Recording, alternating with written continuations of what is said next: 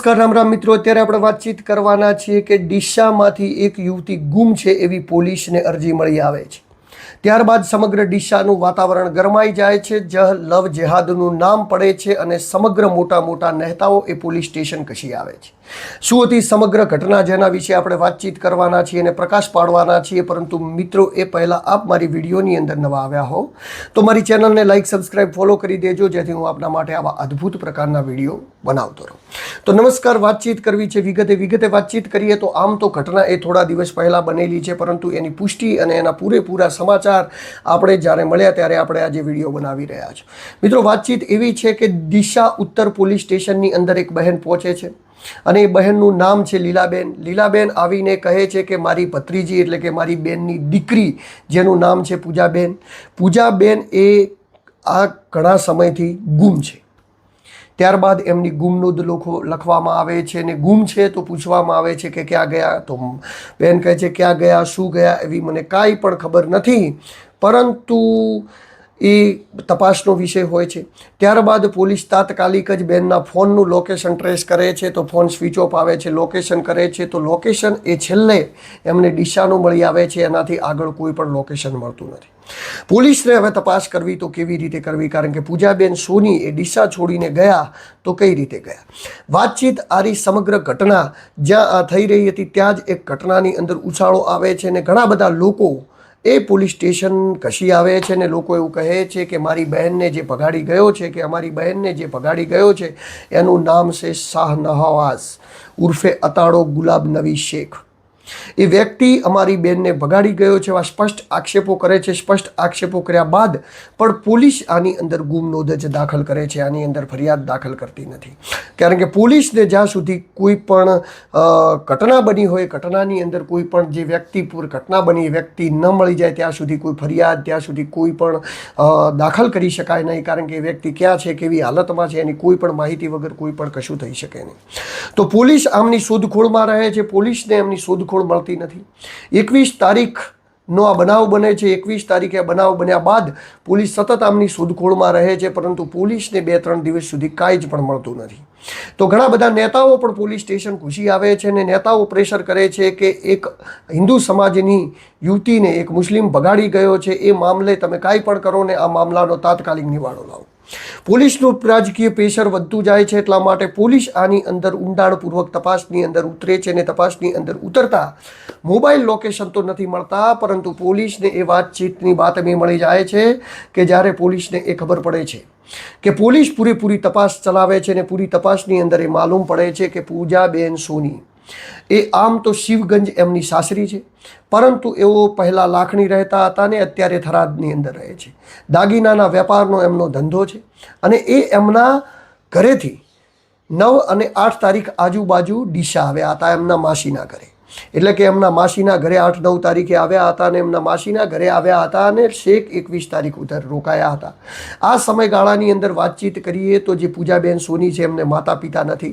એમને માતા પિતા નથી તો એમના માસીએ એમને ભરણ પોષણ કરીને મોટા કરેલા છે અને એમના જે માસીનો દીકરો છે, એટલે કે એમનો જે મોસેરો ભાઈ કહેવાય, એમની સાથે સાટામાં એમની હગાઈ કરેલી છે રાજસ્થાન શિવગંજ, પરંતુ એવો અત્યારે રહે છે થરાદ. તો થરાદની અંદર રહેતા સોની પરિવાર ઉપર એવી મુસીબત આવી પડી કે જેની કોઈ સીમા જ ન હતી. એમ માસીએ મોટી કરેલી દીકરી, બરોબર કરીને રાખેલી દીકરી એમને મળી રહી ન હતી. ત્યારબાદ 8-9 તારીખ આજુબાજુ એ અહીંયા આવી જાય છે અને કોનુડાના પ્રસંગ દરમિયાન અહીંયા આવીને છેક 21 તારીખે રોકાય છે. 21 તારીખે પૂજાબેન સોની એ માસી લીલાબેનને એવું કહીને ઘરેથી નીકળે છે કે હું મારી સાસરીમાં જવાની છું, પરંતુ એ પહેલાં હું ડીસા એક દવાખાને બતાવી આવું અને દવાખાને બતાવ્યા પછી હું ત્યાંથી સીધી જતી રહીશ મારી સાસરી શિવગંજ. પરંતુ જ્યારે ડીસા બતાવવા જાય છે ત્યારે એઓ સાસરીએ પહોંચતા નથી. સાસરીવાળાનો ફોન આવે છે કે ત્યાંથી નીકળ્યા અને સમય થઈ ગયો તો કેમ કરતાં હજી સુધી આવ્યા નહીં. ઘણી બધી તપાસો ચલાવવામાં આવે છે, સગાવાલાઓની અંદર પૂછવામાં આવે છે, પરંતુ તેમ છતાં કોઈ પણ અતોપતો એ પૂજાબેનનો મળતો નથી. પૂજાબેનનો મળતો નથી એટલે 12:30 વાગે લીલાબેન પોલીસ સ્ટેશન જઈને એક અરજી નોંધાવે છે ને જેમાં નોંધાવે છે કે મારી ભત્રીજી કે મારી દીકરી જે અહીંયા ડીસાની અંદરથી ગુમ થઈ છે. પોલીસ હવે આની અંદર ઊંડાણપૂર્વક તપાસ ઉતારે છે અને પોલીસને જે વાતચીત હાથમાં આવી છે તપાસની હાથે જતાં પોલીસ આની અંદર ઊંડાણપૂર્વક તપાસ કરી અને એ મામલાને પહોંચે છે કે જૂના ડીસા. વાતચીત એવી મળે છે કે જે રિક્ષાઓની અંદર બેસીને ગયા હતા અને જે જગ્યાએ બધું જ પોલીસને મળી આવે છે. પોલીસ એમની પૂછપરછ કરે છે. એવો કહે છે કે અમે જૂના ડીસાબેનને ઉતાર્યા હતા. જૂના ડીસાબેનને ઉતાર્યા હતા ત્યારે વાતચીત એ પણ આવે છે કે એમની સાથે 7 વર્ષનો બાળક હતો. એટલે કે એક મા પોતાના 7 વર્ષના બાળકને લઈ અને જૂના ડીસા ઉતરે છે અને જૂના ડીસા ઉતરીને શાહનવાજ ઉર્ફે અતાડો ગુલાબ નવી શેખના કોન્ટેક્ટ કરી અને ત્યાંથી બંને જણા ભાગીને અમદાવાદ જતા રહે છે. અમદાવાદથી બંને જણા ટ્રેનની અંદર બેસી અને સીધા જ કોલકાતા જતા રહે છે અને કોલકાતા જઈ અને બંને મૈત્રી કરાર કરી લે છે. હવે આ સમયગાળાની અંદર ખૂબ દિવસો નીકળી જાય છે. 4-5 દિવસો નીકળી જાય છે. મૈત્રી કરાર થઈ જાય છે અને મૈત્રી કરાર બાદ પોલીસ એ આમને શોધતી અમદાવાદ પહોંચે છે. અમદાવાદથી પોલીસ એ ધીરે ધીરે કોલકાતા પહોંચે છે અને કોલકાતાથી જ્યારે એમને પૂરી લિંક મળે છે અને જે પોલીસ સ્ટેશનની અંદર મૈત્રી કરાર થયો હતો એ પોલીસ સ્ટેશનની અંદર જઈને પૂછપરછ કરતા બંનેને પકડી પાડવામાં આવે છે. પકડીને એમને ગુજરાત એટલા માટે લાવવામાં આવે છે કારણ કે એમના ઉપર ગુમ નોંધ નોંધાયેલી હતી અને જ્યારે ગુમ નોંધ નોંધાયેલી હતી ત્યારે એમને પોલીસ સ્ટેશન લેવામાં આવે છે. જ્યારે પોલીસ સ્ટેશન લાવવામાં આવે છે ત્યારે દીકરી એવું કહે છે કે ના મારે તો મારા પતિના ઘરે જવું છે, ના મારે મારા માસીના ઘરે જવું છે, કે ના મારે જે એને ભગાડી ગયો હતો શાહનવાજ ઉર્ફે અતાડો ગુલાબ નવી શેખ કે ના એના સાથે જવું છે. આ વ્યક્તિ એ જૂના ડીસાની અંદર રહેતો હતો. ખૂબ લાંબા સંપર્કથી આ દીકરીના કોન્ટેક્ટમાં હતો અને અવારનવાર કોન્ટેક્ટ બંનેના હોવાથી વારંવાર એ દીકરીને કોઈ પણ રીતે બોલાવતો હતો, મળતો હતો. એવી બધી વાતચીતો ઘણી બધી લોકમુખે ચર્ચાઈ કારણ કે એ દિવસે જે લોકો ત્યાં આવ્યા હતા એ બધી અવનવી અટપટી વાતચીતો કરી રહ્યા હતા, પરંતુ એ કોઈ વાતોની આપણે પુષ્ટિ નતા કરતા. પરંતુ કોન્ટેક્ટ હતો જૂનો, લગભગ 15 વર્ષ સુધી જૂનો કોન્ટેક્ટ હતો. એવી વાતચીતો ક્યાંક ને ક્યાંક લોકમુખે વહેતી થઈ હતી. જ્યારે આ બધી જ વાતચીતો વહેતી થઈ, આ બધું જ થયું, ત્યારબાદ એ બંને વ્યક્તિઓને પોલીસ સ્ટેશન લાવવામાં આવ્યા અને પોલીસ સ્ટેશન લાવવામાં બાદ એ છોકરો તો પોલીસ સ્ટેશન આવ્યો ન હતો એટલા માટે આપણા જોડે એની કંઈ પણ માહિતી મળી શકી નથી, ખાલી એનું નામ જ મળી છે. પરંતુ આ બેનની ગુમ નોંધ દાખલ થયેલી હતી એટલે બેનને પોલીસ સ્ટેશન લાવવામાં આવી ને બેનને પોલીસ સ્ટેશન લાવવામાં આવી તો બેનને જ્યારે પૂછવામાં આવ્યું કે તમે શું કરવામાં આવો છો ત્યારે એને કહ્યું કે મારા માસીના ઘરે નથી જવું, સસરિયાના ઘરે નથી જવું અને મારે જે ભગાડીને લઈ ગયો હતો એના ઘરે પણ નથી જવું. એટલે એને પાલનપુર સુરક્ષા નારી કેન્દ્રની અંદર મોકલી દેવામાં આવે છે અને એ જગ્યાએ અમને મોકલી દેવામાં આવે છે ને ત્યારબાદ આ ગુમ નોંધનું સમાધાન થઈ જાય છે અને કોઈ પણ વાતચીત આગળ થતી નથી.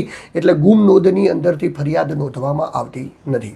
પરંતુ પ્રશાસન એ દ્વારા એક એક્શન કરવામાં આવે છે. એક્શન એ કરવામાં આવે છે કે જે કૃત્ય જે વ્યક્તિએ કર્યું હતું શાહનવાજ ઉર્ફે અતાડો ગુલાબ નવી શેખ એનું નગરપાલિકાની અંદરથી જોવામાં આવે છે કે ગેરકાયદેસર બંધારણ કરેલું છે, ગેરકાયદેસર કરેલું છે કે નહીં.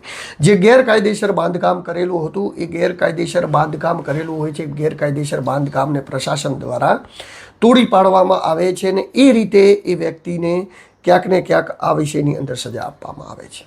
પરંતુ આ જે મૈત્રી કરાર થયો, મૈત્રી કરાર ત્યારબાદ રદ પણ કરાયો અને મૈત્રી કરાર રદ કરીને જે પાલનપુર સેવા કેન્દ્રની અંદર જે પૂજાબેનને મૂકવામાં આવ્યા હતા, થોડા સમય પછી એવા લોકમુખે એવી ચર્ચા સાંભળવામાં મળી છે કે એમને એમના સાસરિયાના પરિવારવાળા લઈ પણ ગયા અને જ્યારે બેન એને ભગાડી ગયો હતો યુવાન ત્યારે એમની સાથે એક 7 વર્ષનું બાળક પણ હતું જેને એઓ સાથે લઈને ગયા હતા. એ બાળક પણ સાથે આવ્યું ને બાળક સાથે એમના પરિવારનું સુખદ મિલન થઈ ગયું ને ત્યારબાદ આ ઘટનાનો અંજામનો અંત આવ્યો. પરંતુ મિત્રો જ્યારે સામાજિક આવી કોઈ પણ ઘટનાઓ ઘટતી હોય છે ત્યારે આ ઘટનાઓની અંદર ઘણી બધી કિસ્સાઓ એવા થતા હોય છે કે જેનાથી ઘણું બધું ભોગવવું પડતું હોય છે. વાતચીત આમાં ઘણીવાર આવી બધી ઘટનાઓ એ રાજકીય રૂપમાં જતી રહેતી હોય છે, ઘણીવાર આવી ઘટનાઓ એ ધાર્મિક રંગોમાં જતી રહેતી હોય છે, ઘણીવાર આવી ઘટનાઓ એ જાતિકીય રંગીઓમાં જતી રહે છે. પરંતુ મિત્રો આ જે થવાનું કારણ છે એનું ન કોઈ આના પાછળ કોઈ ધર્મ જવાબદાર છે, ન આના પાછળ કોઈ જાતિ જવાબદાર છે, ન કોઈ અન્ય વસ્તુ આના પાછળ જવાબદાર છે. આના પાછળ જે જવાબદાર છે એ આજનું વાતાવરણ છે, આજનું એટમોસ્ફિયર છે, જેના હિસાબે ક્યાંક ને ક્યાંક એવી ઘટનાઓ ઘટતી હોય છે કે જે પહેલાં એમના મા બાપને શર્મનાક કરી નાખે છે ને પછી સમાજની અંદર એવો મા બાપ કોઈ પણ કાળે મોઢું ઉગાડવા માટે લાયક રહેતા નથી. તો આવી ઘણી બધી ઘટનાઓ સમાજની અંદર ઘટતી હોય છે. જેવી ઘટનાઓ ઘટશે એવી ઘટનાઓની વિવિધ માહિતી આપને હું આપતો રહીશ, આપના સુધી માહિતી પહોંચાડતો રહીશ. પરંતુ આ જે ઘટના ઘટી હતી એવી ઘટનાઓ ન ઘટે એના માટે મિત્રો આપણે જાગૃતતા લાવીએ. આવનારા સમયની અંદર આવી કોઈ પણ ઘટના ન ઘટે એ માટે જાગૃતતા લાવીએ, સમાજની અંદર સારો મેસેજ પ્રવેશે. નમસ્કાર, રામ રામ. હું છું દિલુ ચૌધરી ને મિત્રો, જો તમને મારા વિડીયો ગમતા હોય તો મારી ચેનલને લાઇક, સબસ્ક્રાઇબ, ફોલો કરજો, જેથી હું આપના માટે આવા અદ્ભુત પ્રકારના વિડીયો બનાવતો રહીશ. નમસ્કાર.